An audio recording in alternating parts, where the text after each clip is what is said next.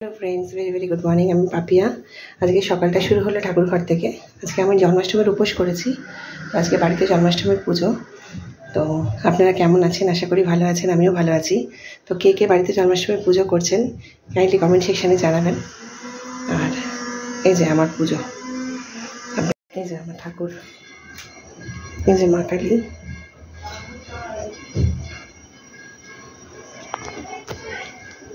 নারায়ণ, লক্ষ্মী, গণেশ, এই যে আমার গোপাল।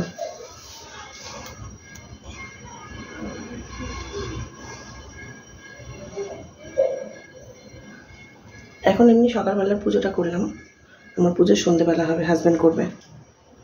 এই যে আমার গোপাল।